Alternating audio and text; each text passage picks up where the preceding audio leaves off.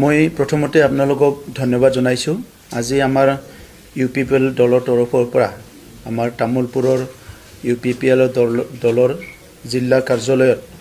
আমি সংবাদ মাধ্যমৰ যোগেদি আমাৰ দলীয় কথাখিনি বড়োলেণ্ডবাসী ৰাইজৰ ওচৰত আমি ক'বলৈ বিচাৰিছোঁ। প্ৰথমতে আমি যি পঞ্চম আমাৰ BTC নিৰ্বাচন হৈ গ'ল, এই নিৰ্বাচনটো শান্তিপূৰ্ণভাৱে হৈ যোৱাৰ কাৰণে মই সকলো পক্ষক ধন্যবাদ জনাইছোঁ। আৰু এই নিৰ্বাচনত বিশেষভাৱে যোৱাকালি যিটো ফলাফল, এই ফলাফলত আমি দেখিছোঁ যে BPF দলে সিংগল লাৰ্জেষ্ট পাৰ্টি হিচাপে এটা মেজৰিটি সিট জিকি পেলাই সিংগল লাৰ্জেষ্ট পাৰ্টি হিচাপে তেখেতসকলক প্ৰতিষ্ঠা কৰিছে। মই BPF দলৰ মুৰব্বী হাগ্ৰামা মহিলাৰী ডাঙৰীয়া আৰু BPF দললৈ অভিনন্দন জনাইছোঁ। আৰু বড়োলেণ্ডবাসী ৰাইজকো অভিনন্দন জনাইছোঁ যে এটা সিংগল লাৰ্জেষ্ট পাৰ্টি চৰকাৰ হ'বলৈ গৈ আছে। আৰু আশা ৰাখিছোঁ আগন্তুক হ'ব লগা চৰকাৰে বড়োলেণ্ডবাসী ৰাইজৰ কাৰণে বহুতখিনি কাম কৰিব পাৰিব। UPPL দল হিচাপে যোৱা 5টা বছৰত প্ৰথমবাৰ আমি চৰকাৰলৈ আহিছিলোঁ আৰু সেই 5টা বছৰত আমি শান্তি সম্প্ৰীতি নিৰাপত্তা আৰু সমন্বয় আৰু ইয়াৰ লগতে উন্নয়নৰ কথাবিলাক চিন্তা কৰি কাম আৰম্ভ কৰিছিলোঁ। আৰু 5টা বছৰত বহুখিনি কাম কৰিছোঁ, বহুখিনি কাম ৰৈ গ'ল। যিয়ে নহওক বড়োলেণ্ডবাসী ৰাইজৰ ভোটাৰসকলৰ যিটো এটা মেণ্ডেট, সেইটো আমি UPPL দলে স্বীকাৰ কৰিছোঁ আৰু ধন্যবাদ জনাইছোঁ যিসকলে আমাক ভোট দি জয়যুক্ত কৰালে। আৰু মই UPPL দলৰ সভাপতি হৈ আমাৰ দলৰ প্ৰত্যেকটো কাৰ্যকৰ্তা কৰ্মকৰ্তালৈ ধন্যবাদ জনাইছোঁ। তেখেতসকলে খুব শৃংখলা পদ্ধতিৰে খুব ডিচিপ্লিনৰ মাজেৰে যোৱা নিৰ্বাচনত নিৰ্বাচনী প্ৰচাৰ চলাইছে। আমাৰ 40জন প্ৰাৰ্থী খুব সুন্দৰকৈ নিৰ্বাচনী প্ৰচাৰত অংশগ্ৰহণ কৰিছে। বড়োলেণ্ডবাসী ৰাইজৰ হয়তো বহুত মনৰ কথা যোৱা সময়ত আমি বুজিব পৰা নাই বা ক'বাত নহয় ক'বাত কিবা এটা ৰৈ গৈছে, যাৰ কাৰণে আজি আমাৰ ফালে যিটো মেণ্ডেট আশা কৰা ধৰণে নহ'ল, কিন্তু যিটো আহিছে সেইটো আমি একচেপ্ট কৰিছোঁ। আৰু UPPL দলে যিহেতু বড়োলেণ্ডৰ 35 লাখ জনসাধাৰণৰ কাৰণে জন্ম পোৱা দল, অনাগত দিনত আমাৰ কথাবিলাক আমি সংশোধনী কৰি আমাৰ যি লক্ষ্য আৰু উদ্দেশ্য আছে সেইটো আগত ৰাখি আমি কাম কৰি যাম। আৰু আগন্তুক হ'বলগীয়া যিটো চৰকাৰ, নতুন চৰকাৰ, বড়োলেণ্ডবাসী ৰাইজৰ স্বাৰ্থত যেতিয়াই কিবা এটা তেনেকুৱা ইছ্যু আহে বা বিষয় আহে, সেই চৰকাৰখনক আমি সমৰ্থন কৰি যাম। আৰু বিশেষভাৱে 2020 চনত আমাৰ বড়োলেণ্ড শান্তি চুক্তি হ'ল। এই চুক্তিখন ৰূপায়ণ কৰাৰ ক্ষেত্ৰত আমি নতুন গভৰ্ণমেণ্টক আহ্বান কৰিম আৰু তেখেতসকলক আমি সদায় যেতিয়া প্ৰয়োজন তেতিয়াই আমি চুক্তি ৰূপায়ণৰ ক্ষেত্ৰতো আমি সদায় তেখেতসকলৰ লগত থিয় দিম। আৰু কেন্দ্ৰীয় চৰকাৰ, ৰাজ্য চৰকাৰক আহ্বান জনাম যে বড়োলেণ্ড চুক্তিখনৰ বাকী থকা দফাখিনি অতি শীঘ্ৰে যাতে ৰূপায়ণ কৰে। আৰু বড়োলেণ্ড অঞ্চলত UPPL দল যি উদ্দেশ্য লক্ষ্য লৈ পেলাই জন্ম হৈছে, এই উদ্দেশ্য লক্ষ্যটো আগত ৰাখিয়ে অনাগত দিনতো আমি কাম কৰি যাম। আমাৰ নেতা কৰ্মীবিলাকে কাম কৰি যাব, আমাৰ MLA MP সকলো কাম কৰি যাব। আৰু অনাগত দিনত যিটো আমাৰ এজেণ্ডা আছে, এই এজেণ্ডাবিলাকক আমি অধিক গুৰুত্ব দি পেলাই কাম আৰম্ভ কৰিম আৰু বড়োলেণ্ড ৰাইজৰ লগত সদায় দুখে সুখে আমি থাকিম। এই কথাটোকে আজি আপোনালোকৰ জৰিয়তে UPPL দলৰ আজি এই আমাৰ সংবাদ মেলত আপোনালোকক জনাইছোঁ। বৃহৎ এটা আচলতে ব্যৱধানত UPPL যোগদান কৰিলে, এই ক্ষেত্ৰত আপোনালোকে ব্যৰ্থতাৰ কি কাৰণ এই মুহূৰ্তত বিচাৰি গৈছে? এইটো আজি ক'ব লাগিব, গণতন্ত্ৰত ৰাইজে ৰজা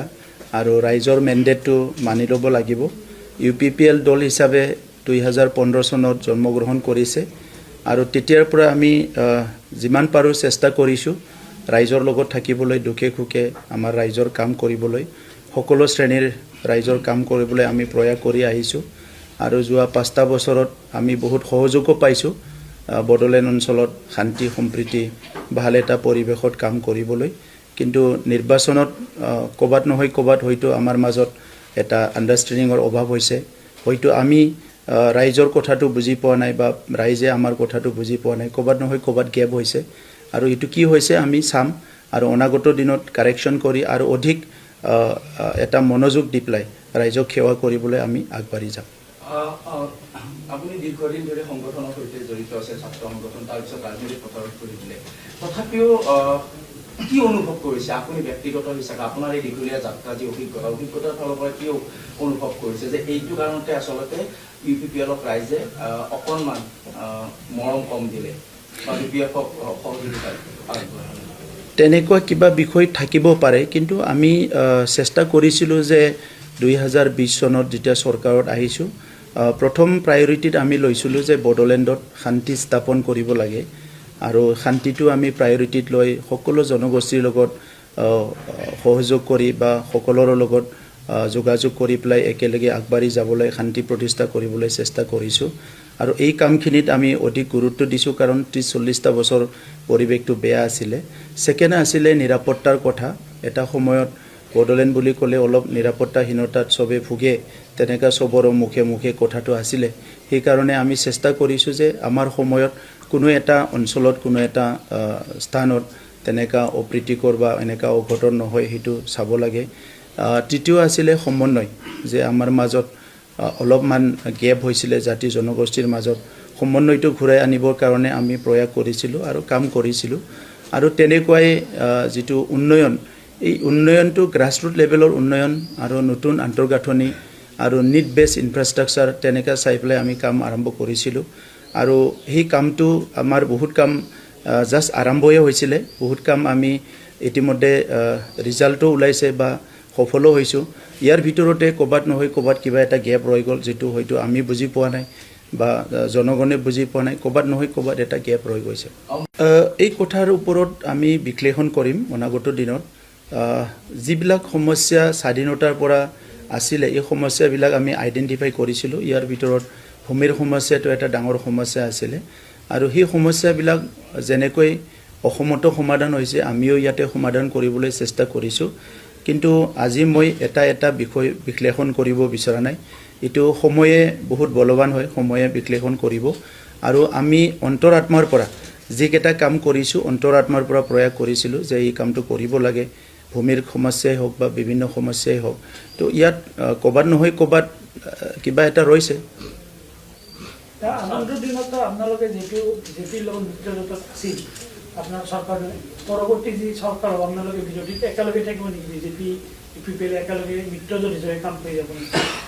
এতিয়ালৈকে আমি বিজেপিৰ কথাটো নাজানো আমি আমাৰ UPPLৰ কথাটোহে কৈছোঁ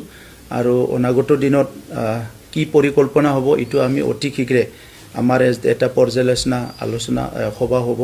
তাত আমি আলোচনা কৰি ওৱান আফটাৰ এনাডাৰ আমাৰ এজেণ্ডাবিলাক আমি কৈ যাম নিশ্চিতভাৱে 2026 চন আহি আছে আৰু এইটো যেহেতু ছেমিফাইনেল হিচাপে বিবেচিত হৈছিল 2026 চনলৈ কেনেধৰণৰ আপোনালোকে আগবাঢ়িব 2026 চনৰ ৰণকৌশল আমি আলোচনা কৰাৰ কাৰণে সময় আছে দুৰ্গা পূজাৰ পিছত আমি আমাৰ এক্সিকিউটিভ মিটিং আছে আৰু সেই এক্সিকিউটিভ মিটিঙত আমি আলোচনা কৰিম ইয়াৰ পিছত আমাৰ সিৰিজ অফ মিটিংছ আছে আমাৰ বিভিন্ন লেয়াৰৰ মিটিং হয় এই মিটিংবিলাকত সিদ্ধান্ত ল'ম যে 2026ত আমি কেনেকৈ আগবাঢ়িম বা ইয়াৰ পৰৱৰ্তী সময়ত আমাৰ ৰাজনৈতিক ৰণকৌশল কেনেকৈ হ'ব ইয়াৰ ওপৰত আমি আলোচনা কৰিম আলোচনা কৰিম আমি এই বিষয়টো এতিয়া তেনেকুৱা কোনো প্ৰচেছ নাই বা তেনেকুৱা ইনিচিয়েটিভ নাই কাৰণে আমি আলোচনা কৰা নাই পিছত যদি তেনেকুৱা কিবা বিষয় থাকে আমি আমাৰ দলৰ মজিয়াত আলোচনা কৰিম ইয়াৰ কাৰণে যথেষ্ট সময় আছে নিৰ্বাচনী ফলাফল সমাপ্ত হোৱাৰ পিছত এই পৰ্যন্তলৈকে আপোনাৰ ফালৰ পৰাই হওক বা আপোনাৰ কোনো যোগাযোগ হৈছে নেকি বা আলোচনা হৈছে নেকি এতিয়ালৈকে আলোচনা হোৱা নাই আমাৰ ৰিজাল্টে আজি ৰাতিপুৱালৈকেহে হৈ আছে কিছুমান সমষ্টিৰ গতিকে যথেষ্ট সময় আছে আৰু সেই সময় হিচাপে কামবিলাক আগবাঢ়িব আৰু UPPL দল হিচাপে আমি যেহেতু 40টা সমষ্টিতে আছোঁ সবতো আছোঁ আমাৰ মাজত আমি পৰ্যালোচনা কৰি আছোঁ আলোচনা কৰি আছোঁ আমাৰ যিসকল প্ৰাৰ্থী এতিয়া জিকি আহিছে সেই সকলৰ লগত আমি আলোচনা কৰি আছোঁ সো ইয়াৰ কাৰণে যেটো আমাৰ দলীয় সিদ্ধান্ত হ'ব বা দলীয় প্ৰচেছ হ'ব, সেইটো পৰৱৰ্তী সময়ত আমি আগবাঢ়ি যাম।